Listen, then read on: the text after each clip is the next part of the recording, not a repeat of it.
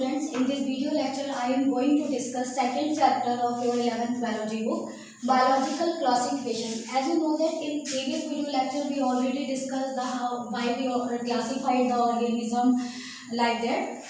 In this video lecture we discussed which scientists related to the classification. Two kingdom classification was given by Carolus Linnaeus. ठीक है, ये name आपने और कहाँ सुना था? फर्स्ट चैप्टर में आपने सुना हुआ है कैरोलस लिनियस के बारे में. कैरोलस लिनियस जो थे फादर ऑफ टैक्सोनॉमी भी हैं और बाकी बायनॉमियल नॉमेनक्लेचर भी जो था वो कैरोलस लिनियस ने दिया था.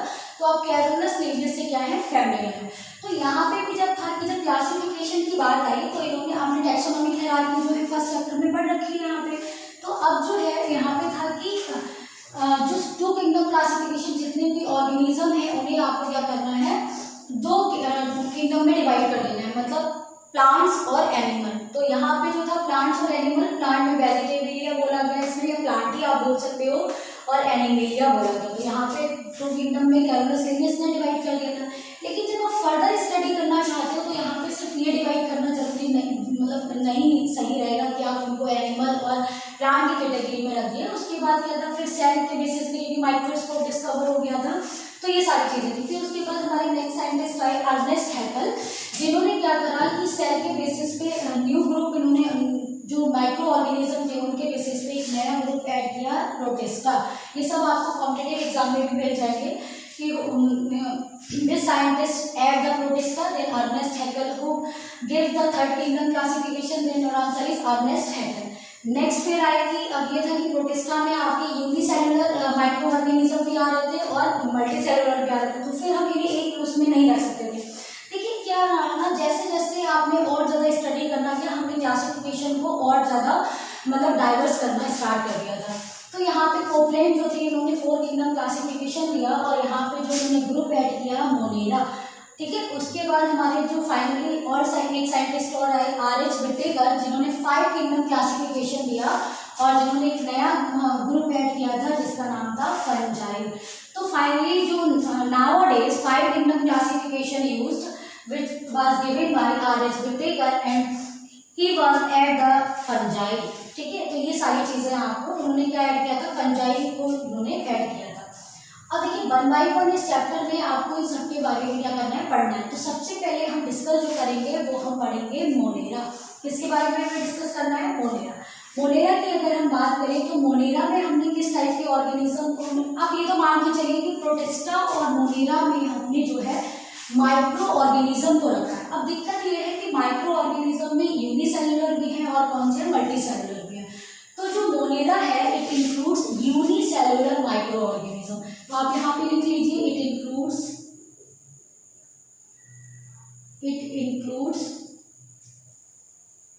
मल्टी सेलुलर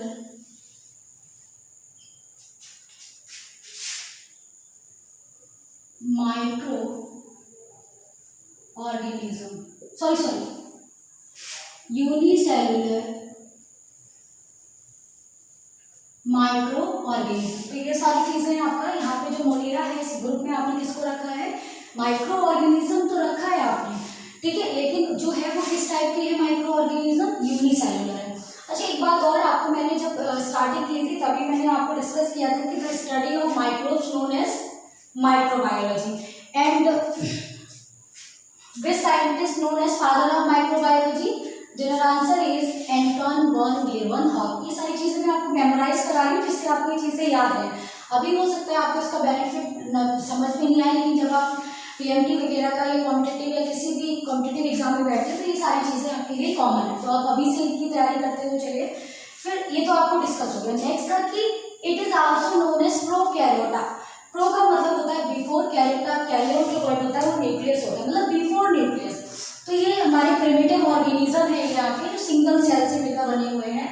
और यहाँ पे देखिए हमने लिख भी दिया कि मेनली इंक्लूड्स बैक्टीरिया. इसमें क्या आते हैं, बैक्टीरिया आते हैं. ठीक है, ये सारी चीजें. अब बैक्टीरिया से रिलेटेड जो कुछ टर्मिनोलॉजी है उसको जरा हम समझ लेते हैं. बैक्टीरिया को उनकी सेल वॉल जो है वो डिफरेंट मतलब जो हमारे ट्रू बैक्टीरिया है या जिनको यू बैक्टीरिया आप बोल सकते हैं, बैक्टीरिया को हमने 2 पार्ट्स में डिवाइड किया, आर्की बैक्टीरिया और यू बैक्टीरिया. आर्की मतलब एंशियंट जो बहुत पुराने थे और यू बैक्टीरिया थोड़ी मॉडिफाइड है. तो you bacteria also known as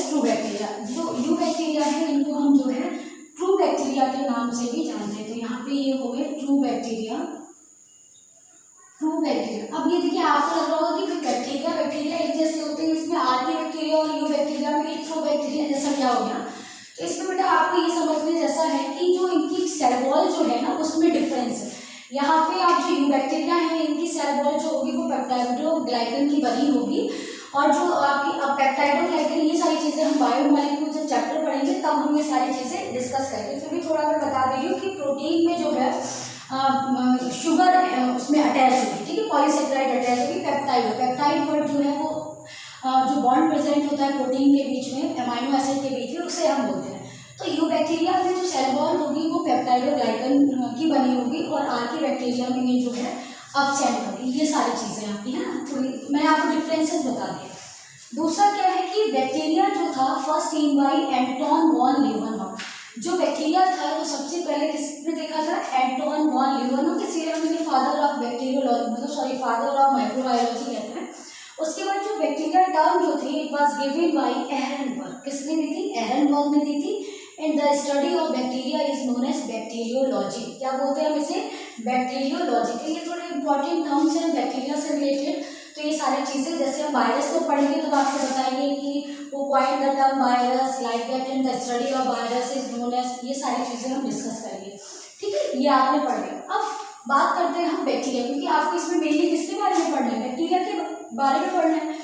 तो बैक्टीरिया को पढ़ने से पहले हम थोड़ा आर्की बैक्टीरिया के बारे में डिस्कस कर ले रहे हैं। आर्की बैक्टीरिया की अगर हम बात करें तो मैंने आपसे क्या कहा कि आर्की बैक्टीरिया जो है यू बैक्टीरिया से किस उसमें डिफर कर है। तो मैंने आपको मोटा बताया कि इनकी जो सेल वॉल होती है वो पेप्टाइडोग्लाइकन की नहीं बनी होती है। ये सारी चीज़ें पेप्टाइडोग्लाइकन में मैंने आपसे बताया कि जो पेप्टाइड की जो मेम्ब्रेन होती है उसमें पॉलीसेकेराइड अटैच नहीं होती। ये सारी चीज़ें मैंने आपको बताई। अब जो आर्की बैक्टीरिया होते हैं इनमें कुछ मतलब स्पेशल इनकी और भी बहुत सारी इनमें चीज़ें होती हैं जिसकी वजह से ये जो है हाई टेम्परेचर को भी टॉलरेट कर सकते हैं। हाई सैलिनिटी जो पीएच है मतलब सैलिनिटी सॉल्ट कंसेंट्रेशन है उसमें ये अपने आप को क्या कर लेते हैं, टॉलरेट कर सकते हैं। तो इस तरीके के जो बैक्टीरिया उन्हें हमने उनकी हैबिटाट के बेसिस पे थर्मो एसिडोफाइल्स, ठीक है, ये सारी चीज़ें थर्मो एसिडोफाइल्स में, मिथेनोजेंस में, ये सारी चीज़ों की कैटेगरी में हमने लिखा। हेलोफाइल्स इनमें हमने क्या करा है, इनको कैटेगरी वाइज डिवाइड किया है। लेकिन हमें जो बेसिकली ज़्यादा पढ़ना, अब यहाँ पे मिथेनोजेंस वर्ड आया। मिथेनोजेंस की बात करें हम, मिथेनोजेंस, तो methanogens are those bacteria which release the methane gas. ये ऐसे बैक्टीरिया है जो क्या करते हैं, जो डिकम्पोजिशन करते हैं इस तरीके से। तो ये कौन सी गैस रिलीज करते हैं, मीथेन गैस रिलीज करते हैं। और ये आपका जो है काउ डंग वगैरह जो है इस तरीके से उसमें जब उसका वो डिकम्पोजिशन होता है इस तरीके से बैक्टीरिया जो रहते हैं उससे क्या रिलीज करते हैं, मीथेन गैस रिलीज करते हैं। और ये जो है र्यूमिनेंट्स जो है वो इसको क्या करते हैं, ये प्रेजेंट रहता है मिथेनोजेंस बैक्टीरिया। तो ये सारी चीज़ें आपका र्यूमिनेंट्स जो आपके कैटल्स हैं उन्हें हम र्यूमिनेंट्स भी बोलते हैं, सारी चीज़ें। अब नेक्स्ट है अगर हम बैक्टीरिया की बात करें, इनकी बात करें तो बैक्टीरिया का जब आप स्ट्रक्चर देखेंगे बैक्टीरिया का तो ये एक तरीके से सेल है, सिंगल सेल है। यहाँ पे इसका जो है साइटोप्लाज्म हो गया ये, और इस तरीके से यहाँ पे इसका जो होगा सर्कुलर, यहाँ पे क्या मिल रहा होगा, प्लाज्मिड मिल रहा होगा। प्लाज्मिड हो गया, ये इसका डीएनए हो गया मतलब जेनेटिक मटेरियल हो गया, ये सारी चीज़ें हो गई। यहाँ पे इसमें जो है फ्लैजिला भी हो सकते हैं, ये सारी चीज़ें। तो अगर आप जो बैक्टीरिया का अगर आप स्ट्रक्चर की बात करें तो मतलब सेल वॉल होगी, सेल मेम्ब्रेन होगी, सेल वॉल पे जो है आपको फ्लैजिला नजर आ सकते हैं। फ्लैजिला में भी अभी कंडीशन है कि इसके जो है एक साइड में भी हो सकते हैं, दोनों साइड में भी हो सकते हैं, और बाकी ऑल साइड में भी फ्लैजिला हो सकते हैं। तो इसी के बेसिस पे एम्फीट्राइकस और भी इस तरीके से सारे क्या नाम के नाम लिए। आपको इतना डीप नहीं जाना, आपको सिर्फ पता होना चाहिए कि फ्लैजिला होते हैं जो इसको मूवमेंट करने में क्या करते हैं, हेल्प करते हैं। एक वर्ड आपने और सुना होगा सीलिया।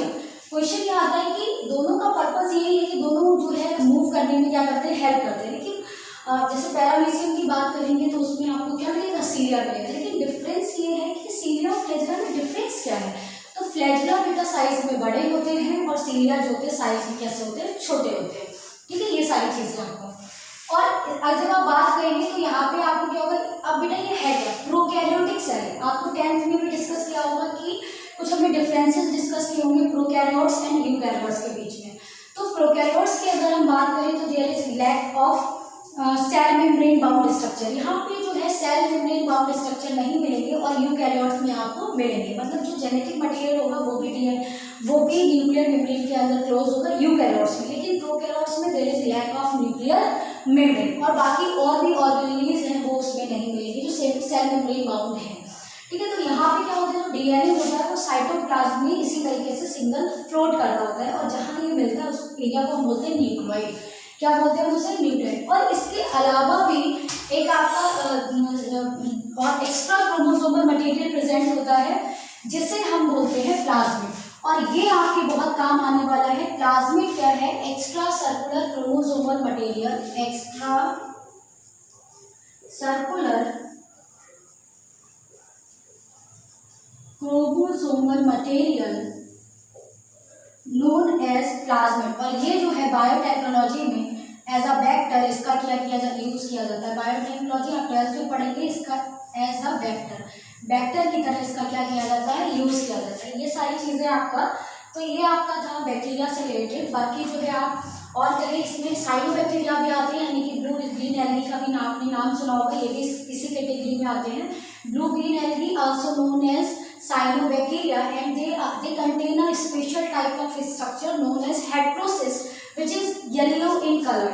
ये क्या होता है? येलो कलर का होता है, और इसमें स्पेशल ये जो स्ट्रक्चर होता है ये नाइट्रोजन फिक्सेशन में हेल्प करता है। मतलब ये जो नाइट्रोजन फिक्सेशन, मतलब जो बैक्टीरिया हो गया, राइजोबियम है या फिर आपका जो है ऑक्सीडेटोरिया है, राइजोबियम तो बैक्टीरिया होगा आपका, लेकिन यहाँ पे जो है ब्लू ग्रीन एल्गी की बात करें तो अजोला है, साइनोबैक्टीरिया है, ये सारे जो है नॉस्टॉक है, एनाविना है, ये सारे जो है साइनोबैक्टीरिया में आते हैं, मतलब ब्लू ग्रीन एल्गी में आते हैं। ब्लू ग्रीन एल्गी साइनोबैक्टीरिया जो है, ये जो इनकी क्या खासियत है, ये जो है नाइट्रोजन फिक्सेशन में यूज होते हैं। नाइट्रोजन फिक्सेशन का मतलब ये है कि ये जो एटमॉस्फेरिक नाइट्रोजन है ना वो गैसेस फॉर्म में है, प्लांट्स उस एटमॉस्फेरिक नाइट्रोजन को यूज नहीं कर सकते। तो ये जो हमारे साइनोबैक्टीरिया हैं इनके पास क्या होती है, इनके हेटेरोसिस्ट होती है जो येलो कलर की होती है, जो नाइट्रोजन फिक्सेशन में क्या करती है, हेल्प करती है। कुछ एग्जांपल आप देख लीजिए, आपको नॉस्टॉक बता दिया, एनाविना बता दिया, ये सारे इसके क्या हो गए, एग्जाम्पल हो गए।